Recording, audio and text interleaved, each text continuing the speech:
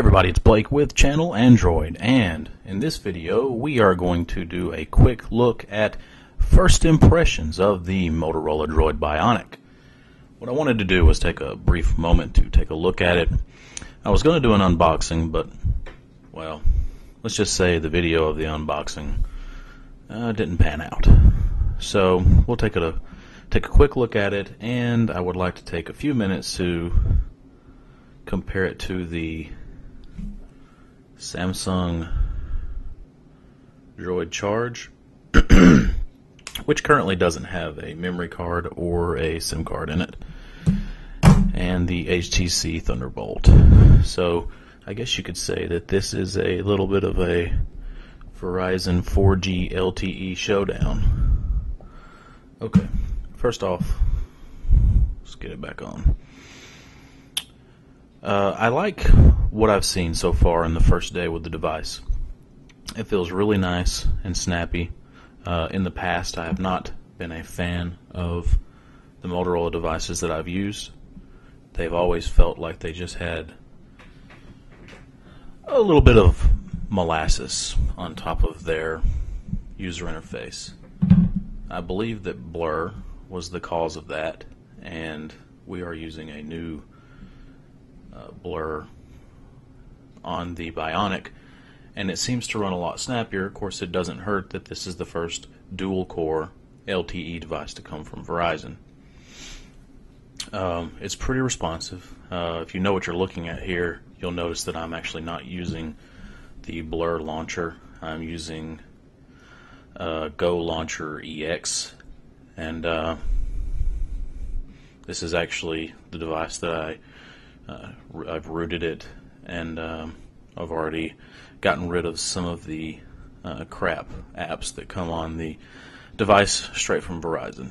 But overall, I like the device. It feels really nice in the hand. I like the weight.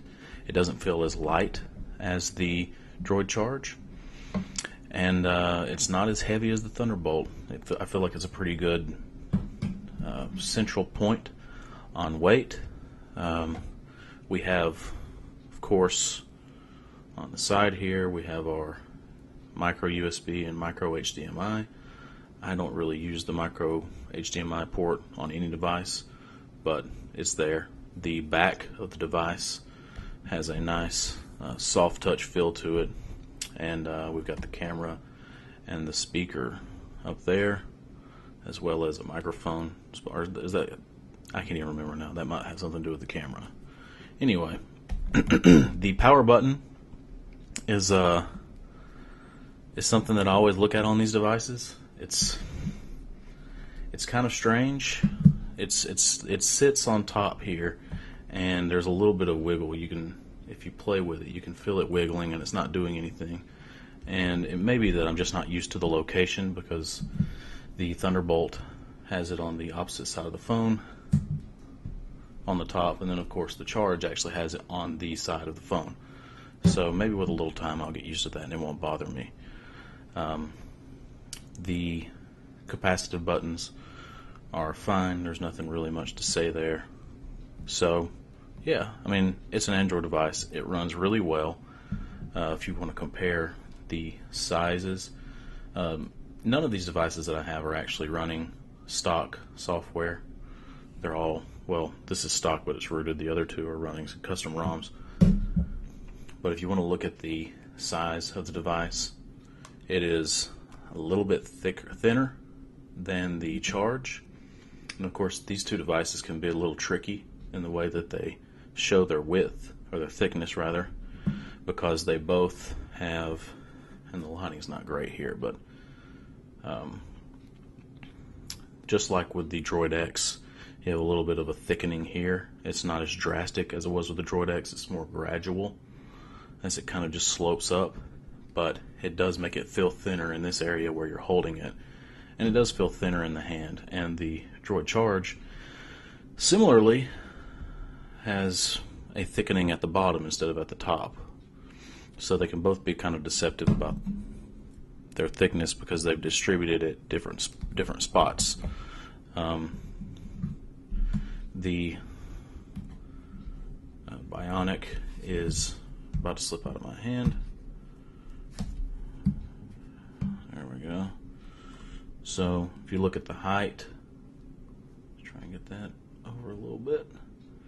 The charge is just a little bit taller, so that's not a big deal. The Thunderbolt is actually the shortest of the devices. It's the thickest of the devices. It's the heaviest of the devices. And if you're going to look at the width, it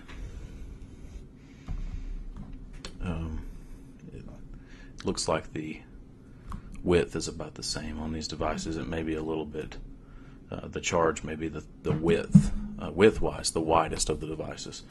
So as far as, comparing it to the other devices and having it in your hand, it feels really nice. Not that any of these really felt bad. It feels nice and sturdy. The build quality may be a little bit better than what we've seen on the Thunderbolt.